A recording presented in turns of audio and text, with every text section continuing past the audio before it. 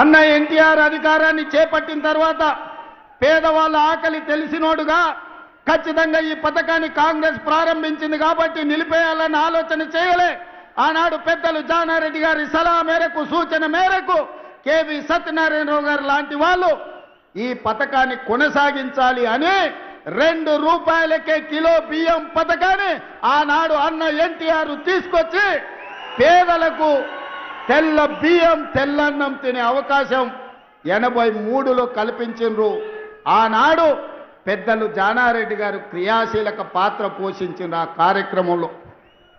ఆ తర్వాత కాలక్రమేణా బియ్యం ఇచ్చుకుంటూ వచ్చినాం. పంటలలో మార్పు వచ్చింది, ప్రజల ఆలోచనలో చైతన్యం వచ్చింది. ఈనాటికి ఆనాడు మొదలుపెట్టిన దొడ్డు బియ్యమే ఈరోజు సివిల్ సప్లైస్ కార్పొరేషన్ సరఫరా చేస్తుంది. ఈ సందర్భంగా వేదిక మీద ఉన్న పెద్దలకు, ఇక్కడికి వచ్చిన యువకులకు గుర్తు చేయాలి, పేదవాళ్ళ ఆకలి తీర్చడానికి ఆనాడు పబ్లిక్ డిస్ట్రిబ్యూషన్ స్కీమ్, ఈరోజు మనం ఏదైతే రేషన్ షాపులు అంటున్నామో 1957లో పండిత్ జవహర్లాల్ నెహ్రూ గారు మొట్టమొదట ఈ ప్రాంతంలో ప్రధానమంత్రిగా ఉన్నప్పుడు పేదలకు ఆహార భద్రత కల్పించాలని 70 ఏళ్ల క్రితమే పీడీఎస్ విధానాన్ని కాంగ్రెస్ పార్టీ తీసుకొచ్చింది. ఇవాళ ఆ పౌర సరఫరాల శాఖనే దొడ్డు బియ్యం పథకాన్ని అమలు చేస్తుంది.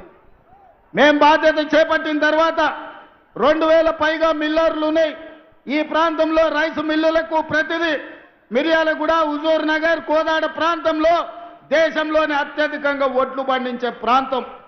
ఇవాళ నల్గొండ జిల్లాలో 12 లక్షల ఎకరాలలో వరి పండిస్తున్నారంటే ఇక్కడి రైతాంగం ఒడ్లు ఎన్ని పండిస్తారో. ఈ రోజు ఈ దేశంలోనే అత్యధికంగా ఒడ్లు పండించే రైతులు ఈ ప్రాంతంలో ఉన్నారు.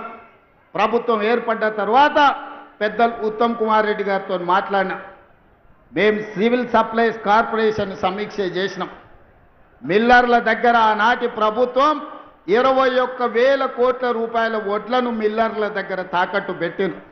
మిల్లర్లను పిలిచి సమావేశం పెట్టి ప్రభుత్వం 21,000 కోట్ల రూపాయల వడ్లు మీ దగ్గర దాచిపెడితే ఎక్కడునే లెక్క చెప్పుండ్రి, లెక్క చెప్పకపోతే పైసలు కట్టుండ్రి అంటే పైసలు కట్టేటోడు లేడు, వడ్లు ఇచ్చేటోడు లేడు.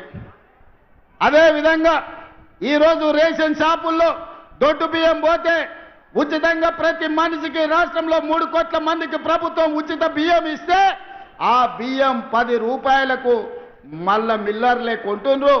ఆ మిల్లర్లు మళ్ళా ప్రభుత్వానికి 30 రూపాయలకు సరఫరా చేస్తున్నారు. ఈ సైక్లింగ్ మొత్తం అన్ని చూసినాం, ఆలోచన చేసినాం. ఇవాళ ముఖ్యమంత్రిగా ఎన్నో రకాల ప్రయత్నం చేసినాం.